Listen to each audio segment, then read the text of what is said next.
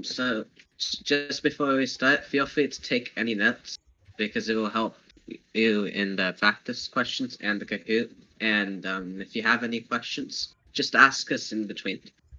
So here's the layout of today's workshop. We're going to learn about Roman numerals. We're going to learn the rules applying to Roman numerals. We're going to practice Roman numerals. We're going to introduce PIDs to you guys and practice, and then we're going to do a pick.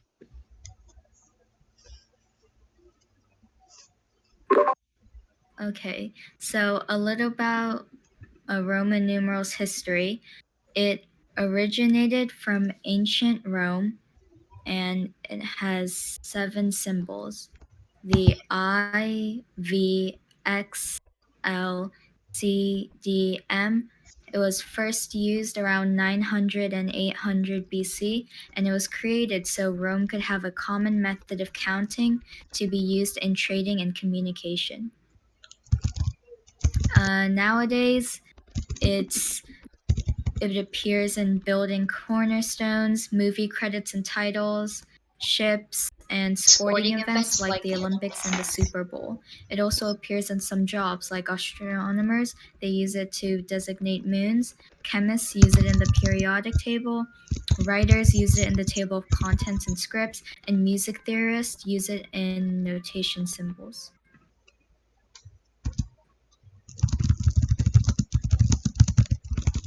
So in order to read Roman numerals, they have like a set of conversions that convert to numbers. So the I means a 1, and then a V equates to a 5. The X means a 10. The L means a 50. C means 100. E means 500. And then M means 1000. So if you want to write down these conversions, they're probably going to appear in like future practice examples. So yeah, I recommend writing them down.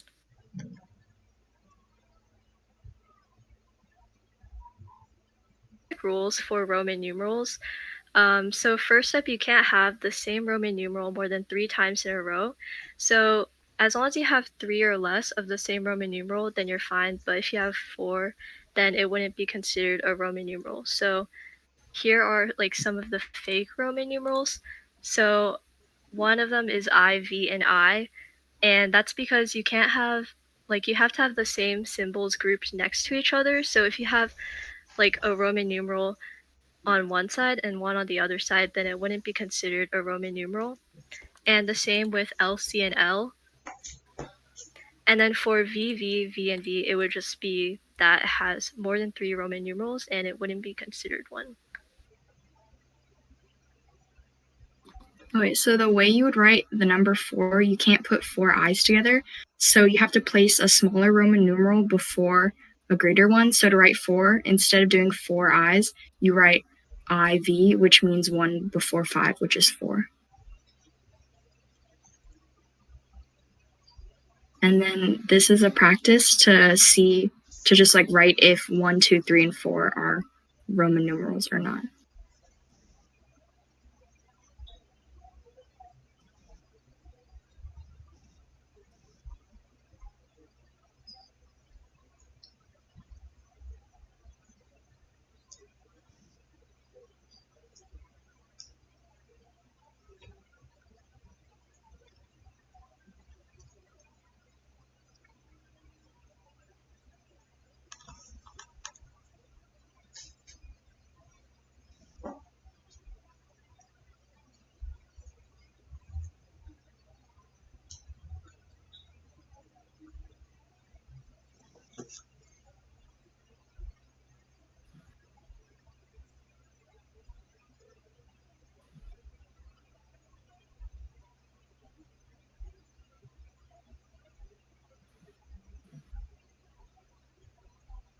You can click again to show the answers.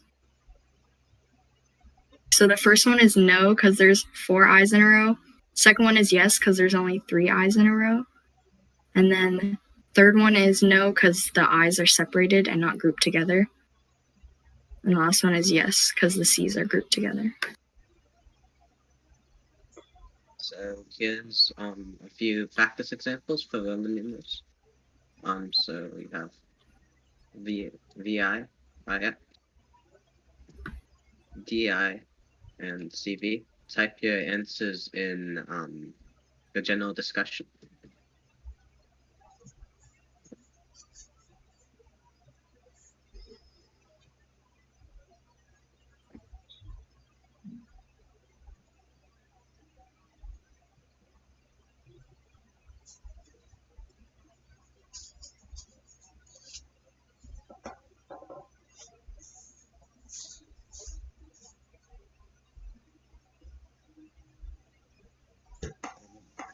You seem to be slightly off on one of your answers.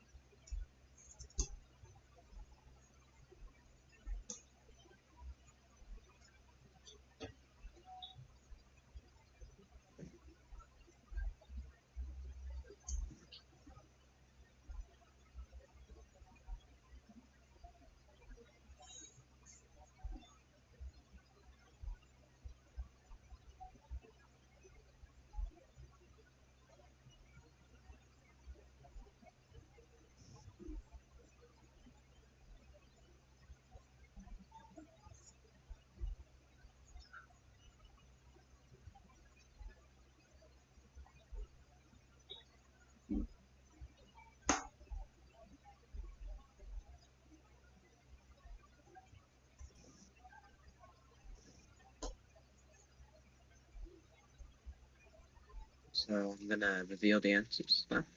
So the first one is 6, second one is 9, third one is 501, and then the fourth one is 105.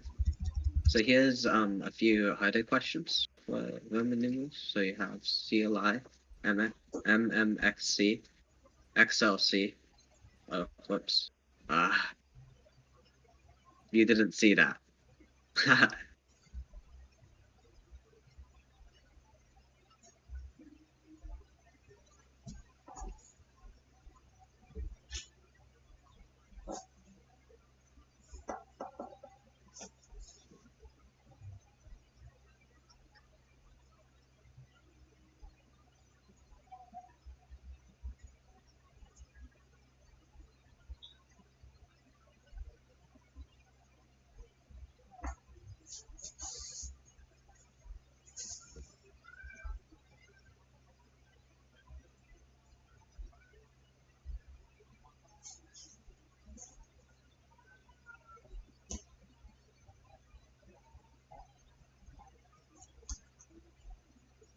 So should I reveal the answers?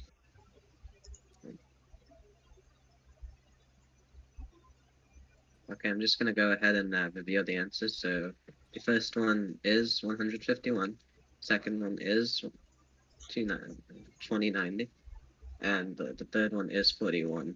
So just note, on your tests, it might say convert Roman numerals to Arabic numerals. So all that Arabic numerals are just normal numbers that you see like every day. So it's just basically what you're doing here.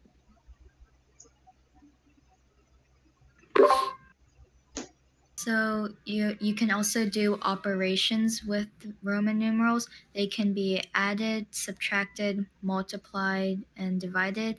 And you can see in these examples, MM equals 2000, D equals 500, so it's just 2000 minus 500 equals 1500. And then IX is 1 before 10, so 9 times C, which is 100, so 900. And you're going to see these on tests, but it'll mainly be addition and subtraction. So here are some examples for you guys to try.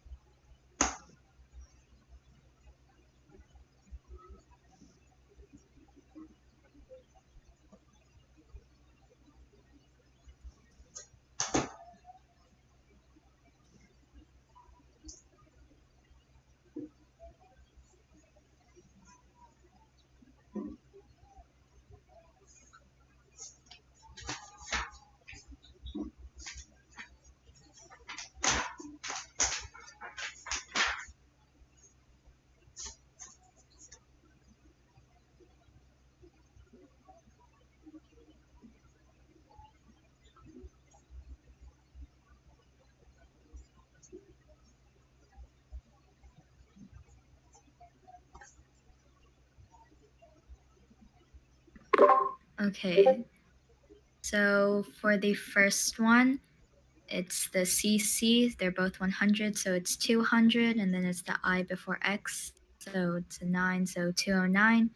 And the second one, subtraction, so it's negative 50, then 550, 1709, and then 2.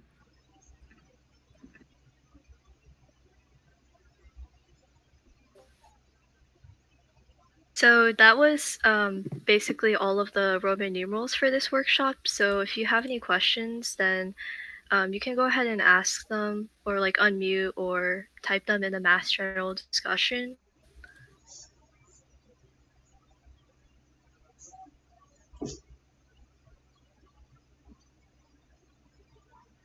So we're moving on to divisors. And you can use Scratchwork for this because it's both in a number sense topic and an A+ math topic. And yeah. So this is for finding the number of positive integral divisors. So some background information for what these are. The positive integral divisors are all of the numbers that can be evenly divided by a specific number.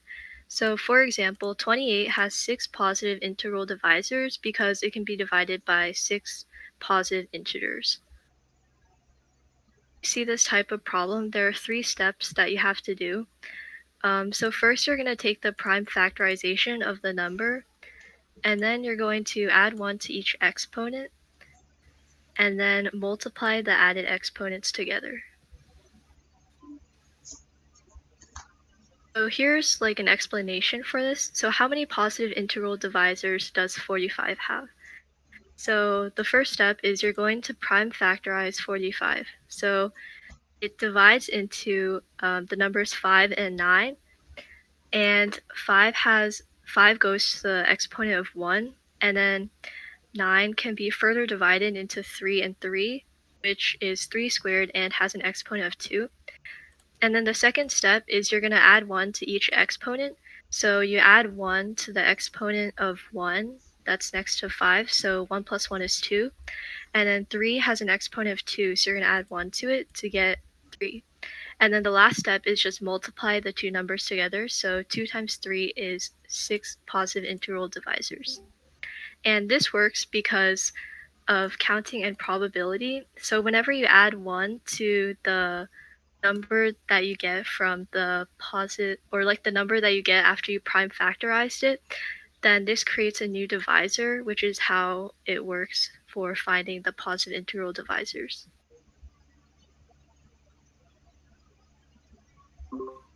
Oh wait, can I add something to that? Yeah, sure. Sorry, yeah, but like to like go further into that, it's because each exponent of the number, that's how many factors you have. So with 5 to the 1 power, you can have 1 or you can have 5. And then with 3, you can have 1, 3, 9. 1 through 9. And those are your, so if you add 1, those are the number of possible factors you can create from that power.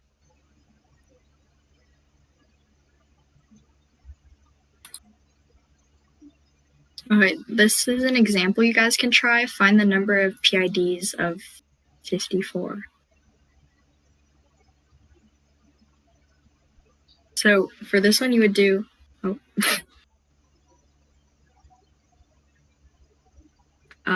54 factors out to 2 times 3 cubed. And since 2 has an exponent of 1 and 3 has an exponent of 3, you would add 1 to 1 and then 3 plus 1, which would be 2 times 4, which would be 8. So 54 has 8 PIDs. And then for the number of PIDs of 20,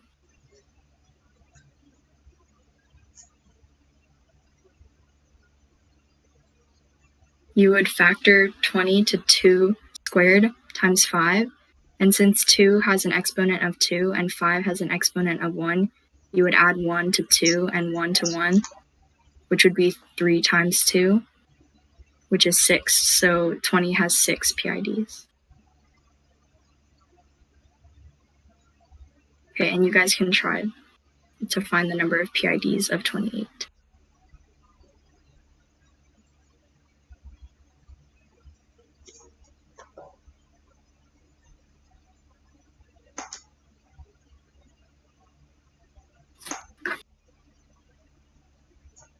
Yeah, the dot means multiplying.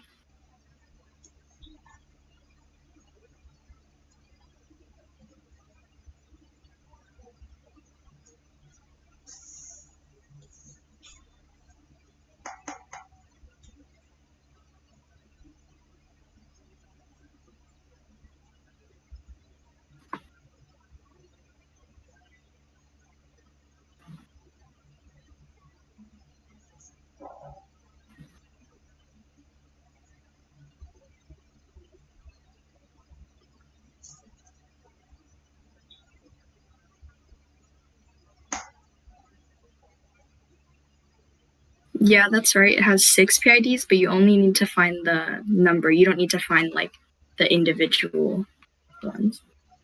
So like 6 total. Yeah. But you can go on to the next slide. So for this one, you would just factor 2 squared times 7, 2 plus 1, 1 plus 1, and then it would be 3 times 2, which is 6.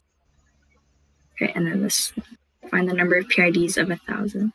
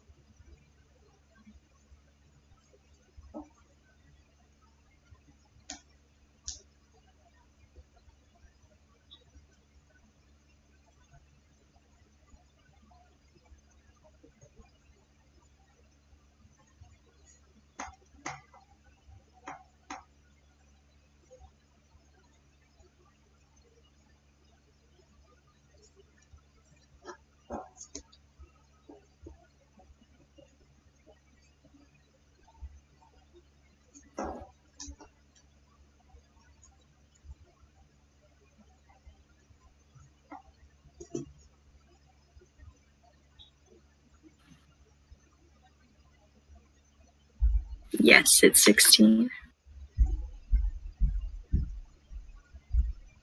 You can go to next.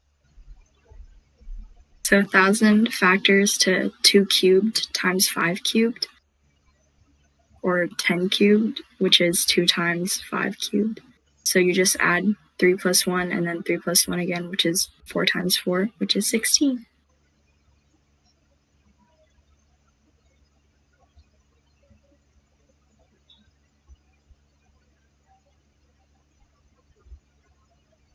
And then this is a video that's good for Roman numerals if you're still confused.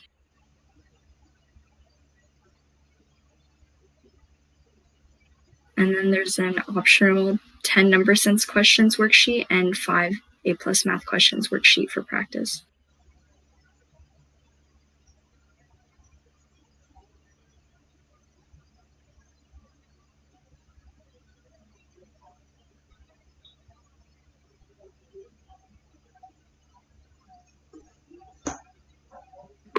Okay, I'm gonna share my screen to do a Kahoot.